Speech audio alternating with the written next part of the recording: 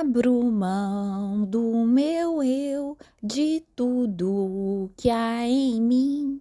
Já não vivo mais eu, mas Cristo vive em mim. Deixo tudo para trás, mortifico meu eu, tudo novo se faz.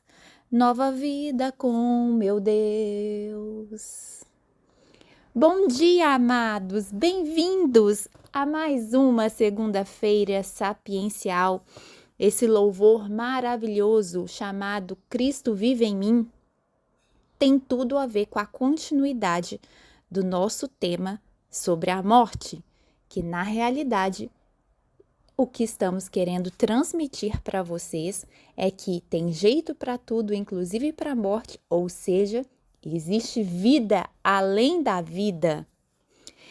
E uma das últimas coisas que eu falei na última segunda-feira sapiencial, do dia 28/10/2025, foi que nós cristãos, ou seja, pequenos cristos, somos chamados a morrer para nós mesmos antes da morte natural, para que possamos aprender a viver para Cristo nesta vida. Não podemos fazer parte do reino de Deus até que entreguemos nossas vidas como Ele o fez primeiramente por nós. Por isso que em 1 João, capítulo 4, versículo 19, está escrito: nós o amamos porque Ele nos amou primeiro.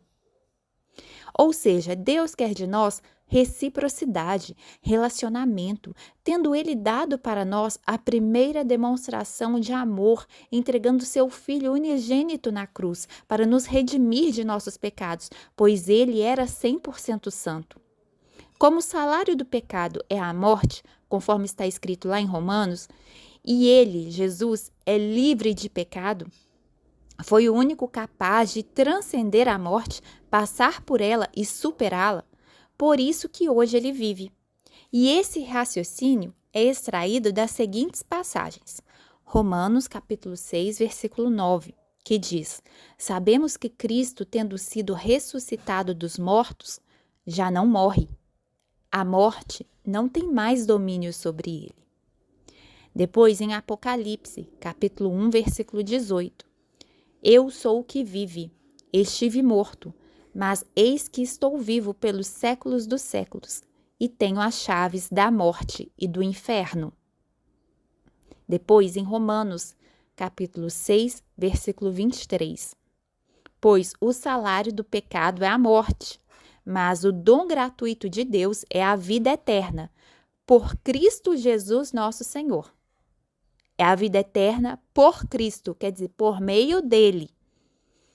Por isso que qualquer eventual poder existente em algum outro ser que pisou nesta terra não se compara ao soberano poder de Jesus.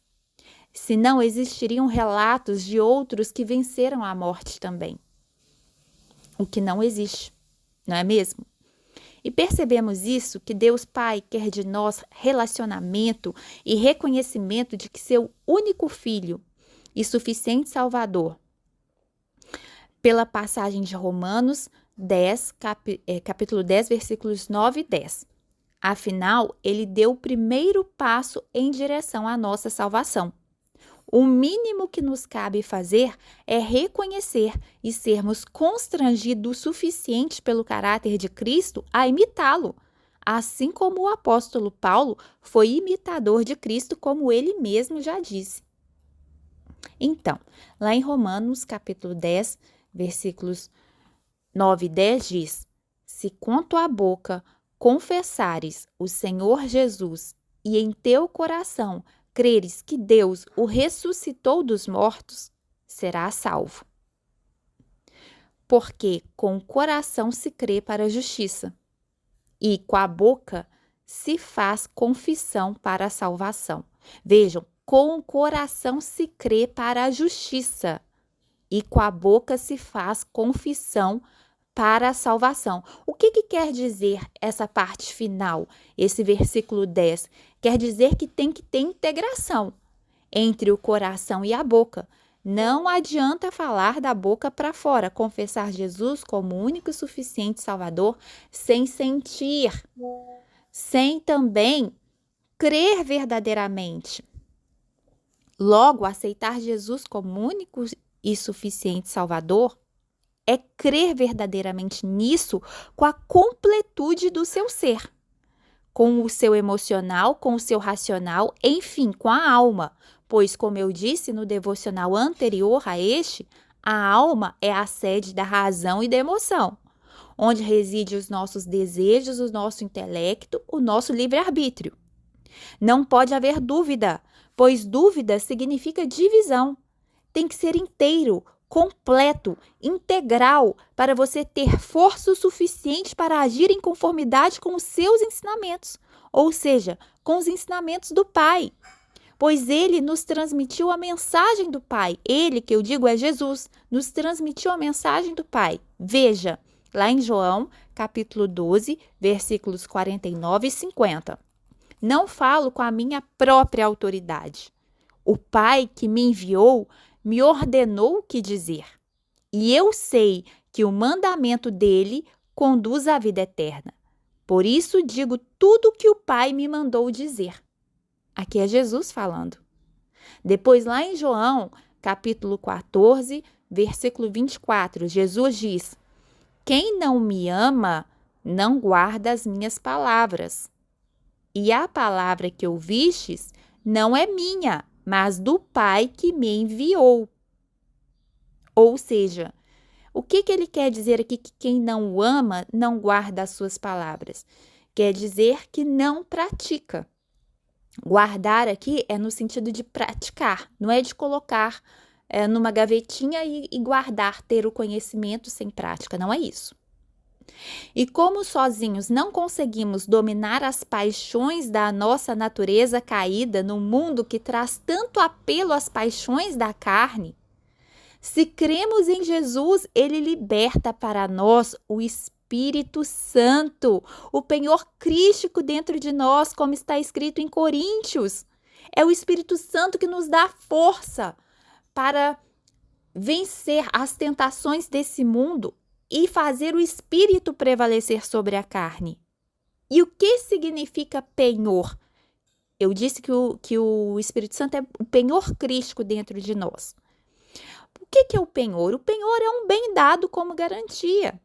Portanto, o Espírito Santo é um bem dado como garantia de que pertencemos a Ele, a Jesus, e, consequentemente, a Deus Pai.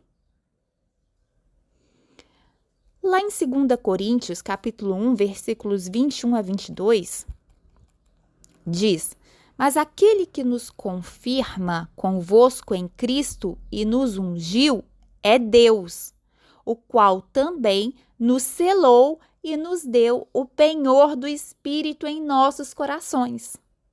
Estão vendo? Esse penhor do Espírito em nossos corações é o Espírito Santo.